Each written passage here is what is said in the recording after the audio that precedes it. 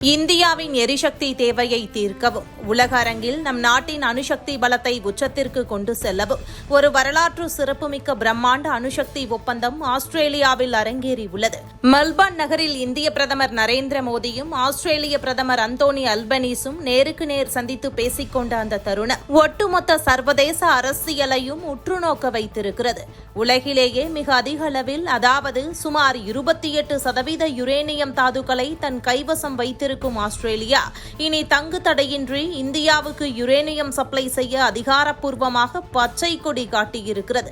கடந்த 2014-2015 காலகட்டத்திலேயே இதற்கான ஆரம்பகட்ட பேச்சுவார்த்தைகள் துவங்கினாலும் பல்வேறு சர்வதேச சட்ட சிக்கல்களாலும் அணு ஆயுத பரவல் தடை ஒப்பந்தத்தில் இந்தியா கையெழுத்திடாததை காரணம் காட்டியும் பல ஆண்டுகளாக முடங்கி கிடந்த இந்த மெகா டீல் இப்போது பிரதமர் மோடியின் அதிரடி ராஜதந்திரத்தால் முழுமையாக சாத்தியமாக்கப்பட்டு இறுதி ஒப்பந்தமாக கையெழுத்தாகியுள்ளது.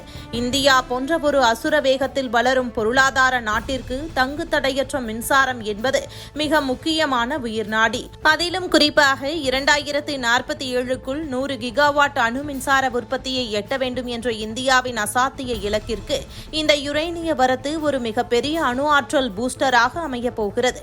சர்வதேச அணுசக்தி முகாமின் கடுமையான பாதுகாப்பு விதிகளுக்கு உட்பட்டு முழுக்க அனுமதி வழியிலான அணுசக்தி மற்றும் தூய்மையான மின்சார தேவைக்காக மட்டுமே இந்த யுரேனியம் பயன்படுத்தப்படும் என்று இரு நாடுகளும் கூட்டறிக்கை வெளியிட்டிருக்கும் போதிலும் இந்த ஒப்பந்தத்திற்கு பின்னால் இருக்கும் புவிசார் அரசியல் கணக்குகள் மிக ஆழமானவை.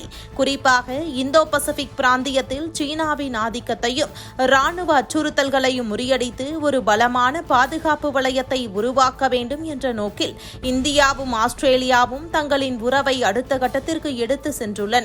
யுரேனிய ஒப்பந்தம் மட்டுமல்லாமல் பாதுகாப்பு துறையில் புதிய தொழில்நுட்பங்களை மேம்படுத்தும் பாதுகாப்பு கண்டுபிடிப்பு வழித்தடம் என சொல்லக்கூடிய டிஃபென்ஸ் இனோவேஷன் காரிடார், சைபர் பாதுகாப்பு, விண்வெளித்துறை மற்றும் அத்தியாவசிய கனிமங்களுக்கான காரிடார் என பல துறைகளில் தாறுமாறான ஒப்பந்தங்கள் விறுவிறுப்பாக கையெழுத்தாகியுள்ளன.